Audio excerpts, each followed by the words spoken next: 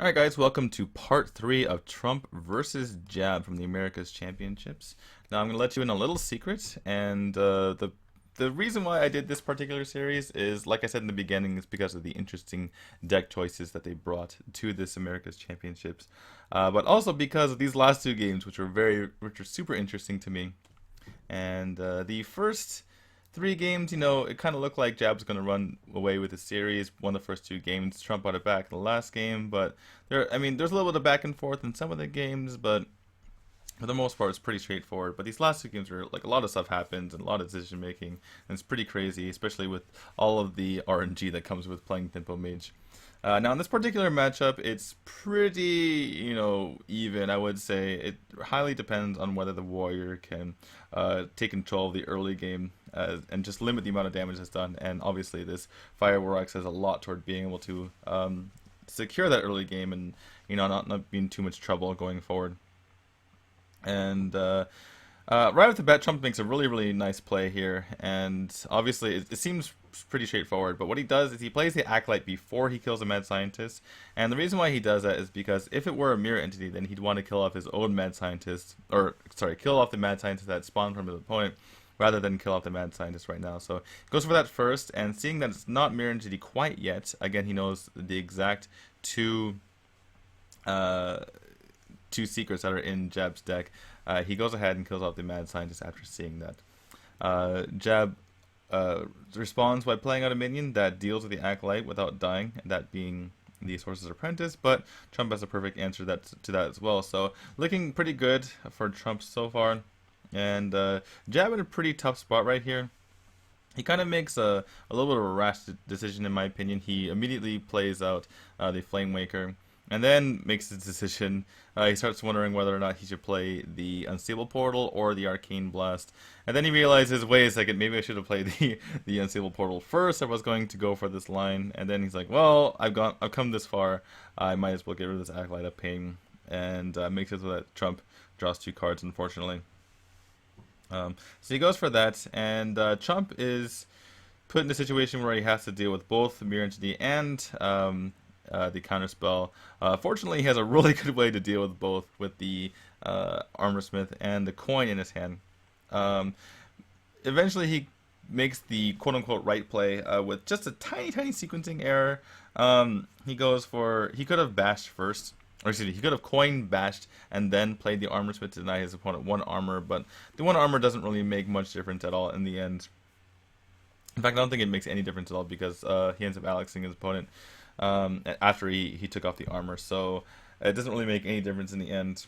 But as far as this sequencing is concerned, making sure he gets out the Armorsmith and then or getting off the Mirror Entity and the counterspell and being able to clear off the right minion and not taking one extra damage to his face, it was good in that sense. And the one armor is pretty inconsequential, so not really something to really be worried about.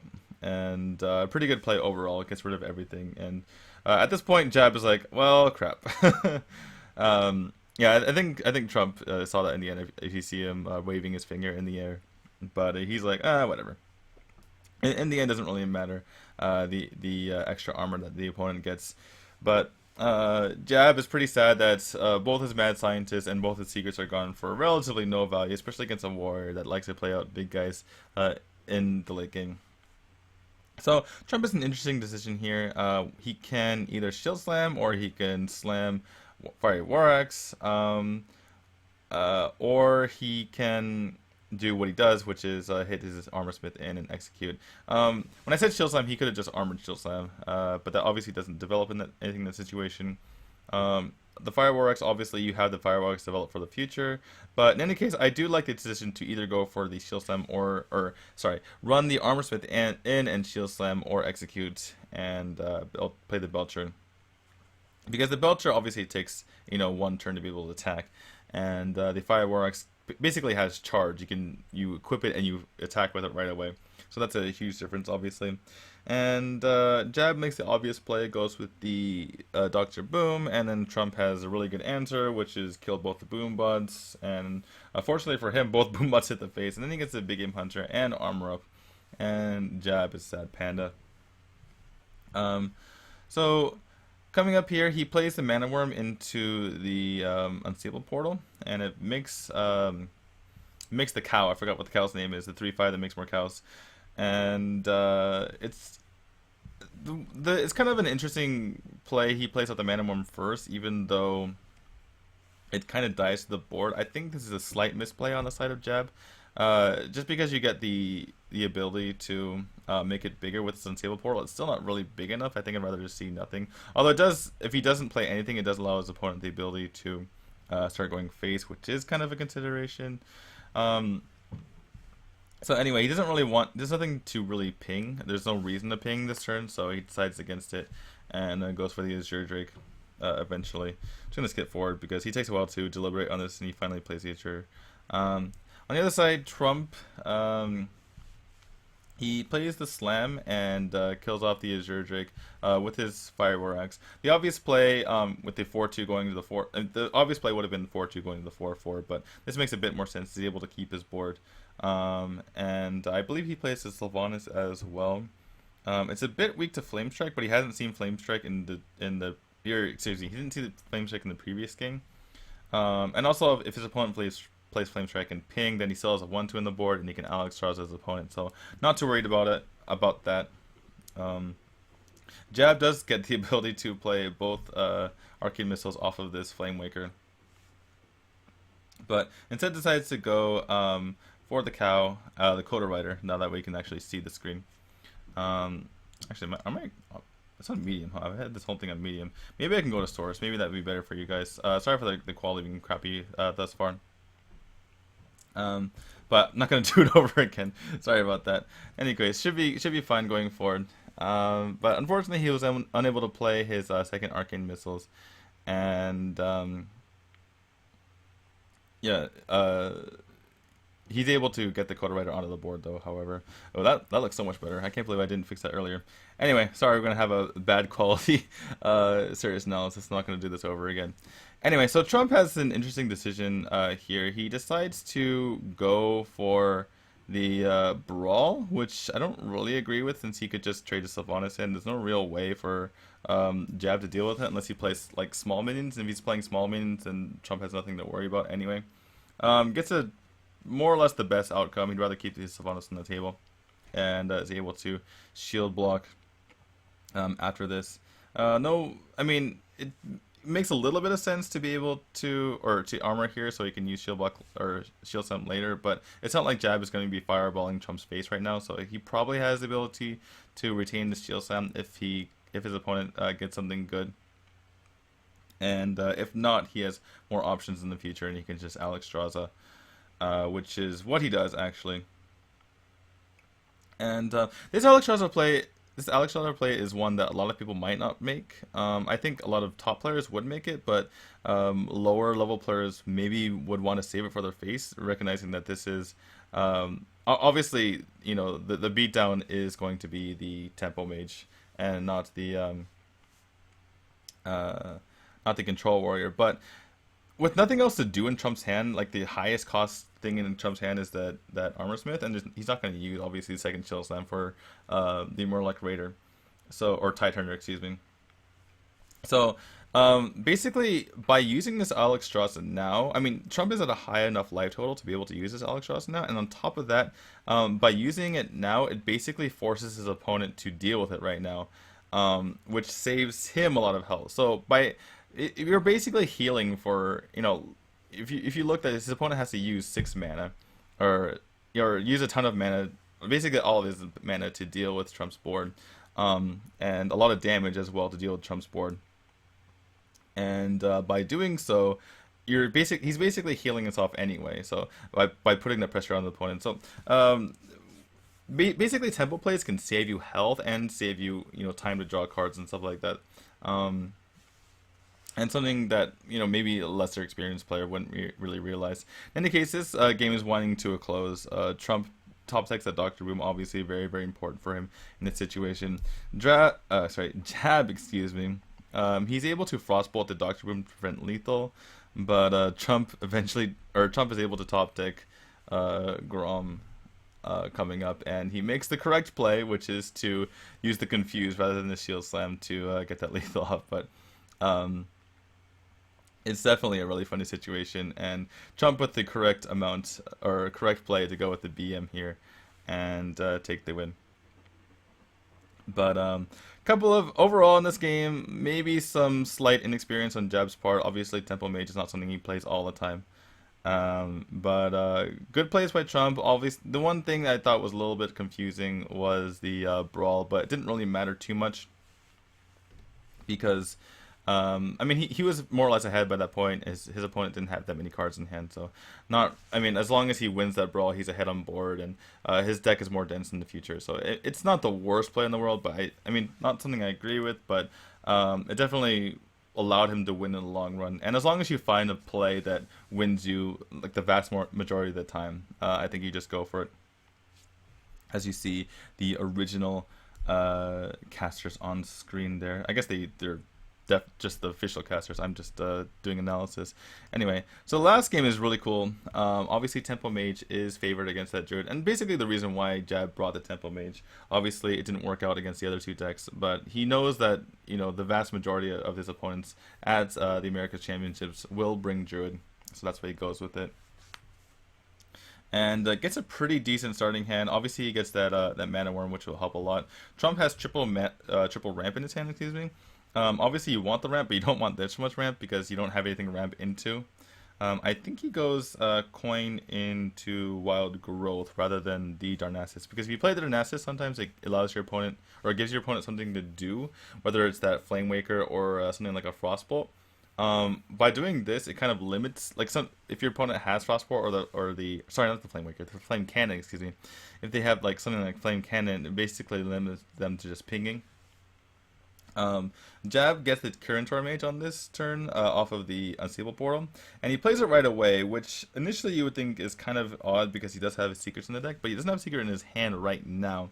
And if he wastes the entire game trying to get a secret, he could basically lose tempo.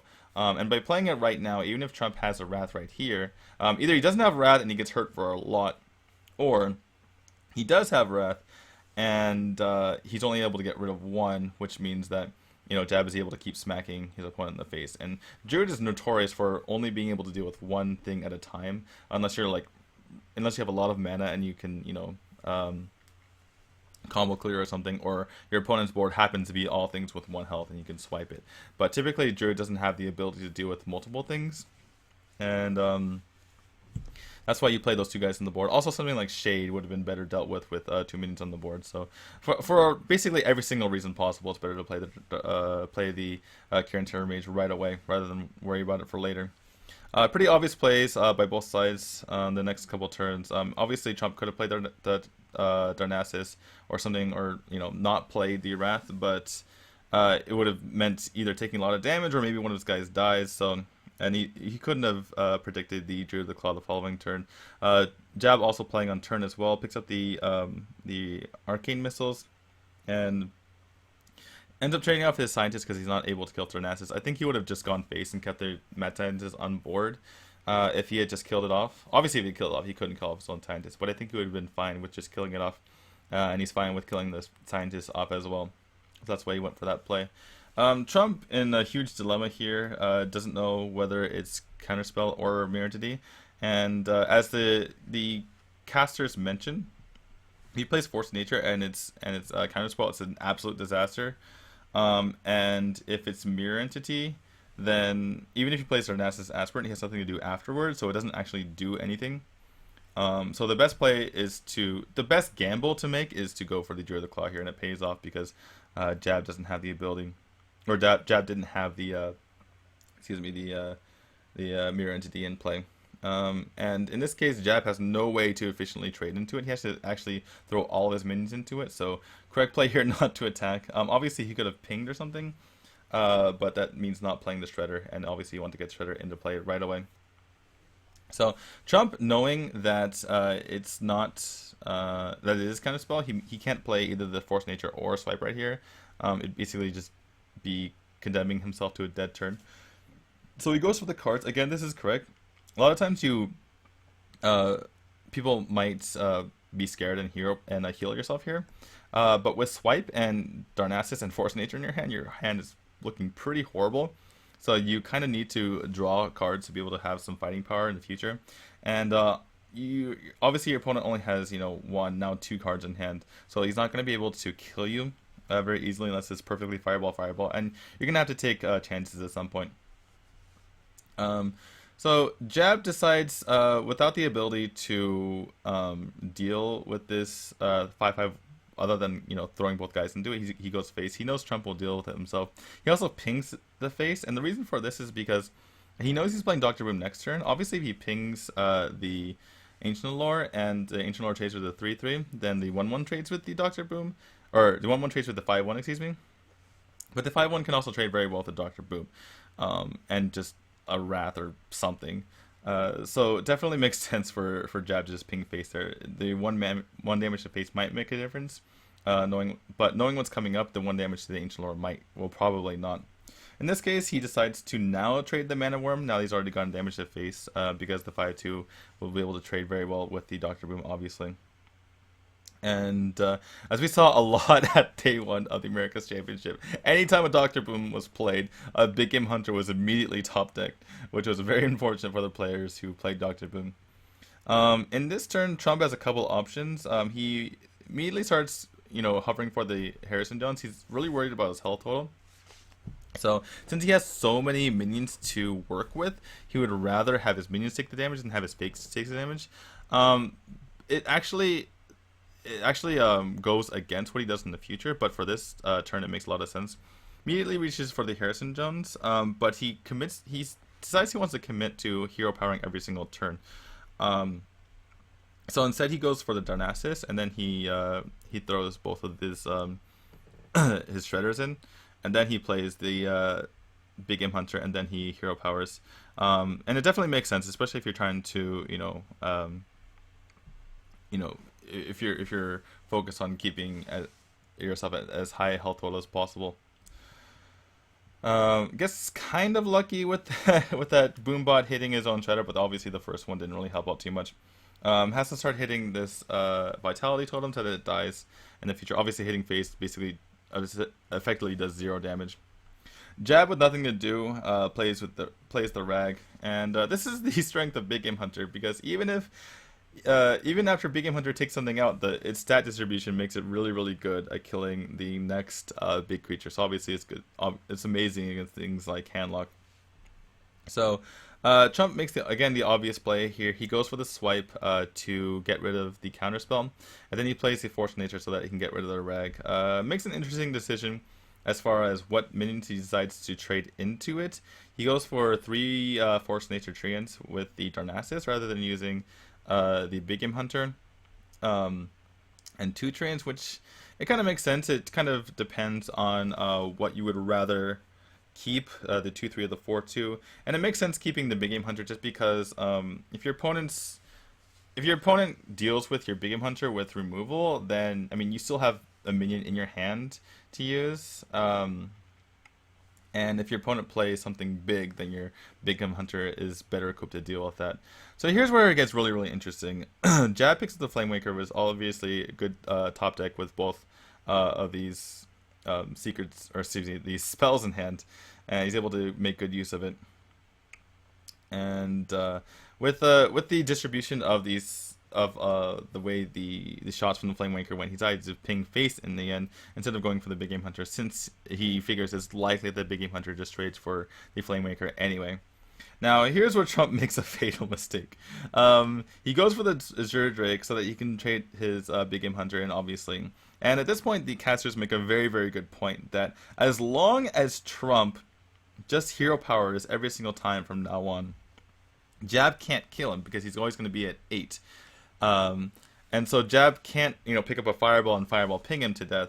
But instead, Trump goes for the lethal, or the 2-turn lethal or whatever, with the Force Nature swipe in his hand, and tries to, eventually kills the opponent that way. And with his line of play, going for face in this situation makes a lot of sense. As long as he just, dodges 1 Fireball. Like, if he goes face here, he brings his opponent down to 22, plays a Harrison Jones. He has 13 damage on board, plus, Force Nature swipe. And if his opponent, trades with him, then it's fine. The problem is he's leaving himself. He's basically going for lethal the very next turn. Um, but all he has to do, but Jab, if he top decks, Fireball obviously is lethal, and he top decks tracking off of the Spell Slinger, which allows him to get the Fireball, and that ends up being the game with the ping the face. Super crazy ending, and I mean it kind of makes sense the way Trump played it. He went for if I just have one turn lethal, but the problem with his play is that even if Jab trades off his Flame Waker and plays a minion and then pings face, Trump is forever now in Fireball range. So maybe Jab gets like maybe 2 or 3 turns to be able to get back into the game in that situation. So, in the end, a very, very entertaining series, and Jab takes it. Kind of an interesting play by Trump in the end to go for the lethal, but he is one to take a lot of risks like that. If you didn't know, Trump definitely goes for the risky play more often, or the overall statistically correct play. I would think that I can't speak right now. The statistically correct play, in my opinion, would be to try to stay alive and use your minions to um, combat your opponent's minions. But he decided that it was very unlikely that his opponent drew Fireball in the very next turn, much less in the way that he ended up doing it. So it's not technically the wrong play. I mean, I guess you could go over all the math, but I think in my head, as far as the math goes, it would be better to go for the stay alive play with all the minions that you have on board, and basically you win in 2 turns anyway. But he went for that play, and he ended up getting punished for it. Again, more spoilers. Jab rode this victory to a victory in the next round and is going to BlizzCon. So congratulations to him. Very happy for him. He came super close last year. Obviously, I mean, I was able to qualify last year, so I wasn't really looking out for other people. But he came pretty close. It was kind of sad for him to get knocked out at the last moment. This year, he's able to make it, so pretty cool for him. Trump has a chance tomorrow. By the time you watch this, maybe you'll know the results, maybe not. But in any case, hope you liked that analysis of their round one match. Went all 5 games, super exciting stuff, and very well played by both sides. Couple of weird lines here and there, but overall very, very solid play from both players. And that's why I like to highlight these matches, to highlight good play. Obviously, I kind of disagree with some of the stuff, especially that last play by Trump, but he had his reasons, and I could definitely respect that. So anyway, again, if you liked it, make sure you click like, make sure you comment, maybe on stuff that you disagree with me on, maybe stuff that you agree with me on, and yeah, subscribe and check out my Twitch as well. So and my Twitter. So thanks you guys, and I'll see you guys next time.